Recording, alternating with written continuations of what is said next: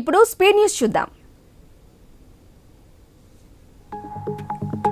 అనంతపురం జిల్లా గుంతకరులో శ్రావణ మాసం 3వ శనివారం సందర్భంగా కసాపురం శ్రీ నెట్టికంటి ఆంజనేయ స్వామిని దర్శించుకోవడానికి భక్తులు పోటెత్తారు. ఆలయంలో మూల విరాట్ కు వేకువజామునే అర్చకులు ప్రత్యేక పూజలు నిర్వహించారు. గోవిందనామ స్మరణతో ఆలయం మారుమోగింది.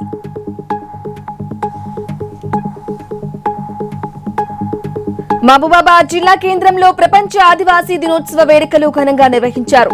పోరాట యోధుడు కొమరం భీం విగ్రహానికి పలువురు నివాళులర్పించారు. గిరిజనులు విద్యతో పేదరికం నుంచి బయటపడటమే కాకుండా ప్రగతి బాటలో పయనించవచ్చని అడిషనల్ కలెక్టర్ అనిల్ కుమార్ తెలిపారు.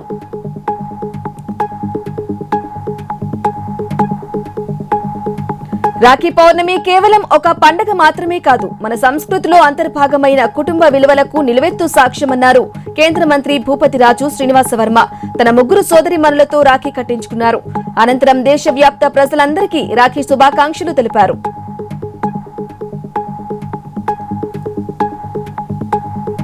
ప్రపంచ ఆదివాసీ దినోత్సవ సందర్భంగా పార్వతీపురం ఐటీడీఏ కార్యాలయ ఆవరణలో వేడుకలు ఘనంగా నిర్వహించారు.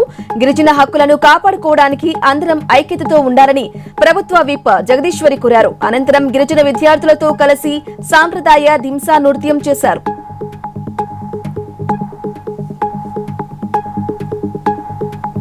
విజయనగరం జిల్లా గొట్టాం బైపాస్ రోడ్డు జంక్షన్ వద్ద పోలీసులు వాహన తనిఖీలు చేపడుతూ ఉండగా ఒడిశా నుంచి తమిళనాడుకు కారులో గంజాయిని తరలిస్తున్న 2 నిందితులను అదుపులోకి తీసుకున్నారు. వారి వద్ద నుంచి 48 ప్యాకెట్లలో 100 కిలోల గంజాయిని స్వాధీనం చేసుకున్నామని జిల్లా ఎస్పీ వకుల్ జిందాల్ తెలిపారు.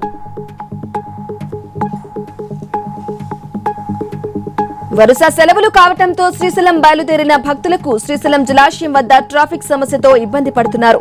ఘాట్ రోడ్ లో ట్రాఫిక్ పై నంద్యాల ఎస్పీ ఆదేశాలతో సున్నిపెంట సిఐ డ్రోన్ పర్యవేక్షణలో నిఘా ఏర్పాట్లు చేశారు.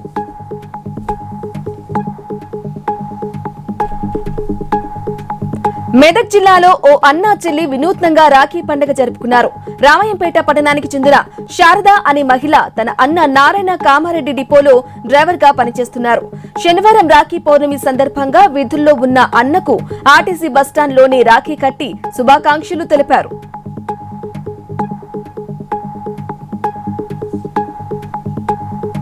సంగారెడ్డి జిల్లా జహీరాబాద్ లోని నారింజ ప్రాజెక్టుకు వరద పెరిగింది. ఎగువ ప్రాంతాల్లో కురుస్తున్న వర్షాలకు వరద కొనసాగటంతో ఒక గేటును పైకి ఎత్తి నీటిని దిగువకు విడుదల చేశారు.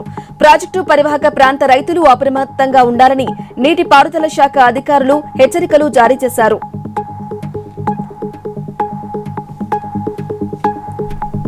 అనైతిక అక్రమ రవాణా కేసులో పాల్గొన్న 3 నిందితులను హైదరాబాద్ బండ్లగూడ పోలీసులు అరెస్టు చేశారు. బంగ్లాదేశ్ నుంచి అక్రమంగా బాలికలను తీసుకొచ్చి వ్యభిచారం చేయిస్తున్నారని బాధిత బాలిక ఫిర్యాదుతో రంగంలోకి దిగిన పోలీసులు నిందితులను అరెస్టు చేసి రిమాండ్కు తరలించారు.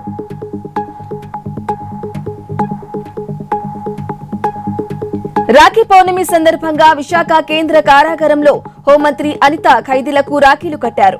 యువత మంచి చెడులను తెలుసుకోవాలని, తెలిసి తెలియని వయస్సులో ఈజీ మనీ కోసం ఆలోచిస్తే జీవితాలు నాశనం అయిపోతాయని తెలిపారు.